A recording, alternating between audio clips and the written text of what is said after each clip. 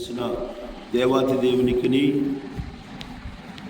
ప్రత్యేకమైన వందనాలు తెలియజేస్తూ ఈ ఉదయకాల సమయంలో దేవుడు నిశ్చయంగా మిమ్మల్ని మీ కుటుంబాలను బహుగా ఆశీర్వదించునుగాక. విశేషమైన తన కృపచేత దేవుడు మిమ్మల్ని నింపి నడిపించునుగాక. మేలు చేయుటకై దేవుడైన యెహోవా ఎల్లప్పుడూ మీతో కూడా ఉండునుగాక. మీ చేతి పనులన్నిటిలో ఈ సంవత్సరం మీరు తలపెడుతున్న ప్రతి కార్యములో దేవుని హస్తము మీకు తోడుగా ఉండి మిమ్మల్ని ఆశీర్వదించునుగాక. కృపయు కనికరమును సమాధానమును మీకుని మీ కుటుంబాలలో దేవుడు విస్తరింపచేయునుగాక. ఆమేన్. దేవుని ప్రజలారా, మీ చదవబడిన భాగంలో నుంచి కొన్ని మాటలు మనం ధ్యానం చేసుకుందాం. ఆమోసుకును ఆనాటి కాలములో బేతేలులో దేవుని పరిచర్య చేస్తున్న అమజ్యాకు మధ్య జరుగుతున్న సంభాషణ గురించి ఇక్కడ రాయబడి ఉంది. అమజ్యాకు మరి ఆమోసు దేవుని తీర్పు ప్రకటించుచున్నాడు. ఎందుకు దేవుడు తీర్పు ప్రకటిస్తున్నాడంటే, ఆమోసు మీద నిందల మోపుతూ మరి దేవుని సేవ చేస్తున్న సేవకుడైన ఆమోసు మీద నిందల మోపుతూ ఆమోసుని మరి దేశం విడిచి వెళ్ళిపోవాలని, ఆమోసుకి దేవుని వాక్యము ప్రకటన చెయ్యకూడదని మరి చెబుతున్న అమజ్యాకు దేవుడు ఆమోసు ద్వారా తీర్పు ప్రకటించుచున్నాడు. దేవుని ప్రజలారా గమనించండి, అమజ్యా కూడా యాజకుడే, దేవుని సేవ చేయుచున్నవాడే. కానీ ఆమోసుని దేవుని వాక్యాన్ని ప్రకటించవద్దని ఆజ్ఞాపిస్తూ ఉన్నాడు. కనుక ఈ వచనంలో మనం గమనించినట్లయితే, ఎవరైతే దేవుని వాక్యాన్ని తిరస్కరిస్తారో వారి జీవితంలో కలిగే పరిణామం గురించి దేవుని మరి ఇక్కడ రాయబడతా ఉంది. ప్రవక్తల యొక్క సేవ ఎంత గంభీరంగా ఉంటుందో మరి దేవుడు న్యాయం గురించి కూడా ఇక్కడ మనకు బోధిస్తూ ఉంది. దేవుడు న్యాయవంతుడు, న్యాయం తీర్చేవాడు. దేవుని బిడ్డలారా, ఈ ఉదయకాల సమయంలో మనం గమనించినట్లయితే మరి దేవుని వాక్యాన్ని తిరస్కరించింది ఎవరంటే అమజ్యా అనే యాజకుడు. ఈనాటి కాలంలో కూడా చాలామంది కూడా దేవుని వాక్యాన్ని తిరస్కరించే వాళ్ళుగా ఉంటున్నారు. దేవుని వాక్యానికి ఎదురు నిలబడే వాళ్ళుగా ఉంటున్నారు. దేవుని వాక్యాన్ని దూషించే వాళ్ళుగా ఉంటున్నారు. దేవుని వాక్యాన్ని చులకనగా చూసే వాళ్ళుగా ఉంటున్నారు. దేవుని వాక్యానికి అడ్డుపడే వాళ్ళుగా ఉంటున్నారు. జాగ్రత్త. ఈ ఉదయకాల సమయంలో వాక్యం ఇచ్చిన నా ప్రియమైన దేవుని బిడ్డలారా, అమజ్యా సహితము కూడా, అంటే యాజకుడైన బేతేలులో సేవ చేయుచున్న అమజ్యా సహితము కూడా దేవుని వాక్యాన్ని తిరస్కరించి దేవుని వాక్యానికి అడ్డుపడందుకు దేవుడు వారి మీదకి ఏమి రాబోతుందో అనేది దేవుడు తెలియజేస్తూ ఉన్నాడు. దేవుని బిడ్డలు గమనించండి, దేవుని వాక్యాన్ని అడ్డుకోవటము ఎంత ప్రమాదకరమో ఈ వచనాలు చెబుతున్నాయి. దేవుని వాక్యాన్ని అడ్డుకోవటం ఈ ఉదయకాల సమయంలో గమనించగలుగుతున్నావా? ప్రభుని వెంబడిస్తున్న నీవు ఎవరిని అడ్డుకుంటున్నావు? దేనిని అడ్డుకుంటున్నావు? దేనికి వ్యతిరేకంగా నిలబడుతున్నావు? దేవుని వాక్యాన్ని అడ్డుకోవటం అనేది చాలా ప్రమాదకరము. అమజ్యా మీద దేవుని తీర్పు ప్రకటన చేస్తూ ఉన్నాడు ఇక్కడ దేవుడు. ఎవరైతే దేవుని వాక్యాన్ని అడ్డుకుంటారో వారి మీదకి దేవుని తీర్పు వస్తుందనే విషయాన్ని మనం గమనించాలి. అమజ్యా ఆమోసుని ప్రవచించవద్దని అడ్డుకున్నాడు. అమజ్యా సేవ చేస్తూ ఉన్నాడు. అమజ్యా బేతేలులో మరి సేవ చేస్తూ ఉన్నా కానీ ఒక ప్రవక్త దేవుని మాటలను, దేవుని సందేశాలను ప్రకటన చేస్తున్నప్పుడు దేవుని వాక్యాన్ని, దేవుని సందేశాన్ని నిరాకరించడము దేవునికి వ్యతిరేకంగా నిలబడటమే అనే విషయాన్ని గుర్తుంచుకోవాలి. దేవుని వాక్యాన్ని నువ్వు అడ్డుపడుతున్నావంటే, దేవుని వాక్యాన్ని నువ్వు నిరాకరిస్తున్నావంటే నీవు దేవునికి వ్యతిరేకంగా నిలబడుతున్నావు అనే విషయాన్ని గుర్తుంచుకోవాలి. ఎవరైనా కానీ, నువ్వు సేవకుడువా, విశ్వాసివా, బాప్తిసం తీసుకున్నావా, తీసుకోలేదా, మందిరానికి వస్తున్నావా, రావట్లేదా, నువ్వెవరైనా కానీ దేవుని వాక్యాన్ని నువ్వు మరి సందేశాన్ని అడ్డుపడుతున్నావంటే, వాక్యానికి అడ్డుపడుతున్నావంటే నీవు దేవునికి ఎదురుగా నిలబడుతున్నావని అర్థం.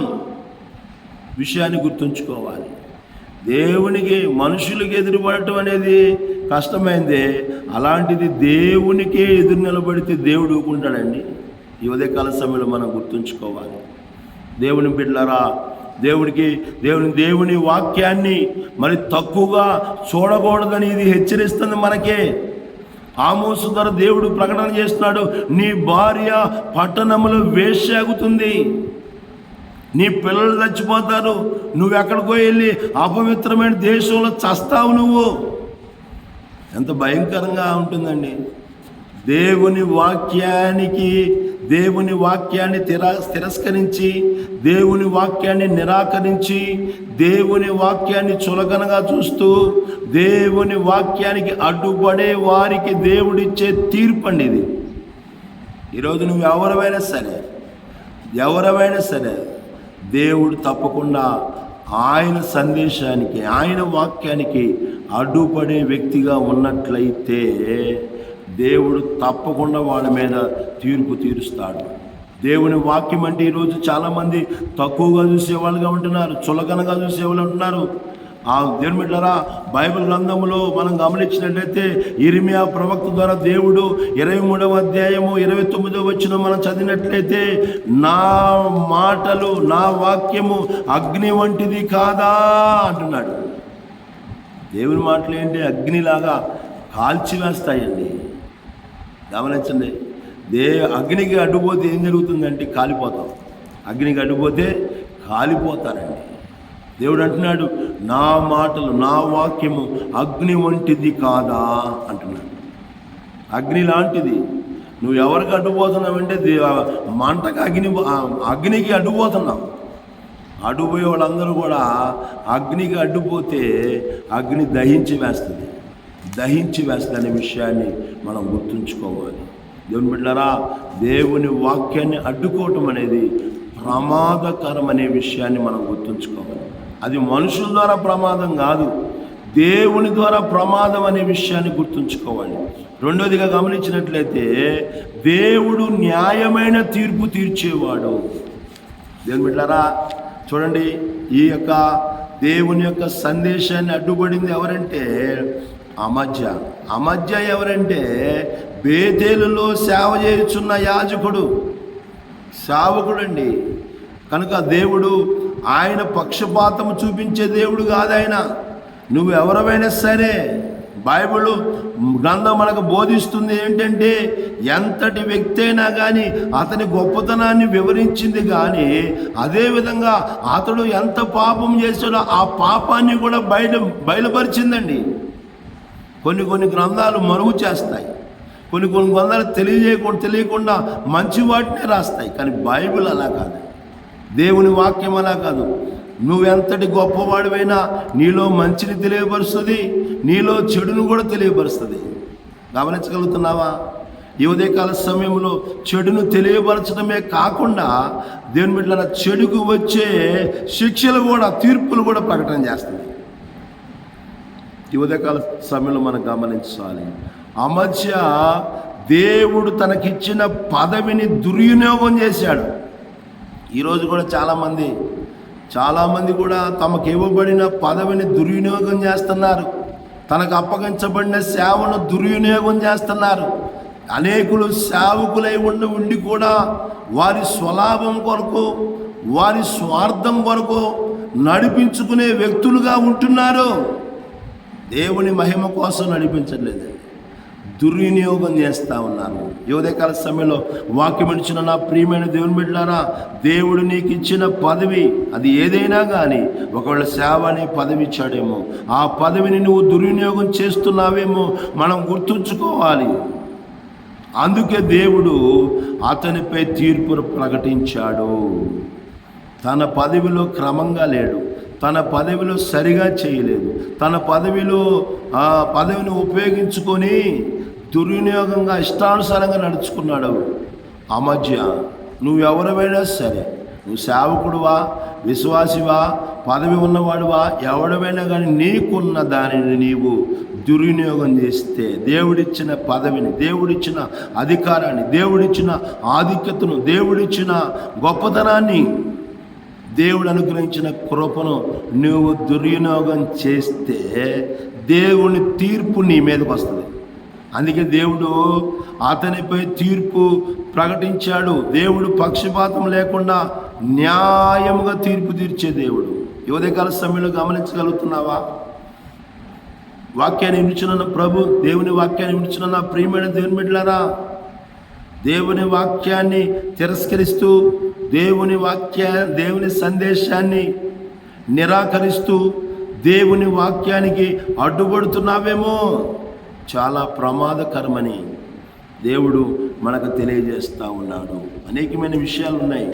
మనం గమనించినట్లయితే చూడండి, ఆమోసు ద్వారా దేవుడు నువ్వు హెచ్చరిస్తున్న మాట ఏంటంటే, నీవు ప్రవచించకూడదని అంటున్నావు, నీవు మరి దేశాన్ని విడిచిపో అని చెప్పేసి అంటున్నావు. కనుక దేవుడు నీకేం చేయబోతున్నాడో అనేది ఆమోసు చాలా స్పష్టంగా అమజ్యాతో మాట్లాడుతూ ఉన్నాడు. దేవుని బిడ్డరా, యెహోవా సెలవిచ్చినదేమనగా, నీ భార్య పట్టణమందు వేశ్యగును, నీ కుమారులు కుమార్తెలు ఖడ్గము చేత కూలుదురు, నీ భూమి నూలు చేత విభాగించబడును, నీవు అపవిత్రమైన దేశములో చత్తువు. అవశ్యముగా ఇశ్రాయేలులు తమ దేశమును విడిచి చెరగొనబడుదురు. గంభీరముతో కూడిన తీర్పు ఆమోసు ద్వారా దేవుడు ప్రకటిస్తూ ఉన్నాడు. ఎవరి మీద అంటే, దేవుని పరిచర్యకు, దేవుని వాక్యానికి, దేవుని కార్యాలకు అడ్డుపడే వ్యక్తి అయిన అమజ్య మీద. అమజ్య సేవకుడైనా కానీ దేవుని తీర్పు ప్రకటిస్తున్నాడు. ఎంత భయంకరమైన తీర్పు అండి ఇది! ఎంత భయంకరమైన పరిస్థితి! భార్య వేశ్య అవుతుంది, కుమారులు కుమార్తెలు ఖడ్గంతో కోల్తారు, నీవు అపవిత్రమైన దేశంలో చస్తావు. ఎవరు తెచ్చేది? సేవకుడు సేవ చేస్తూ ఉన్నాడు. ఆయనకి పదవే ఉంది కానీ ఆధ్యాత్మికమైన జీవితం లేదు అమజ్యాకి. నేటి కాలంలో కూడా చాలామంది అలాంటి వ్యక్తులుగానే ఉంటున్నారు. వారికి ఇవ్వబడిన పదవిని, వాడికి ఇవ్వబడిన అధికారాన్ని దుర్వినియోగంకై ఉపయోగించి దేవుని కార్యాలకు అడ్డుపడే వ్యక్తులుగా ఉంటున్నారు. నువ్వు ఎలాంటి వ్యక్తివైనా, సమాజంలో ఎంతటి గొప్ప వ్యక్తివైనా కానీ తప్పకుండా దేవుని యొక్క తీర్పు నీ మీదకు వస్తుందనే విషయాన్ని గుర్తుంచుకొని భయము కలిగి దేవుని కార్యాలకు సహాయపడే వ్యక్తులుగా, సహకరించే వ్యక్తులుగా ఉండాలి. కానీ విరోధంగా నువ్వు నిలబడితే నీకు ఎదురుగా నిలబడేది దేవుడనే విషయాన్ని గుర్తుంచుకొని భయము కలిగి నడుచుకోవాలని దేవుని మాటలు మనకి తెలియచేయబడతా ఉన్నాయి. అనేకమైన విషయాలు ఉన్నాయి. రేపటి దినాన మనం ధ్యానం చేసుకుందాం. దేవుడి కొద్ది మాటలు మనందరి వెనికిల్లో దీవించునుగాక. ఆమేన్, ఆమేన్.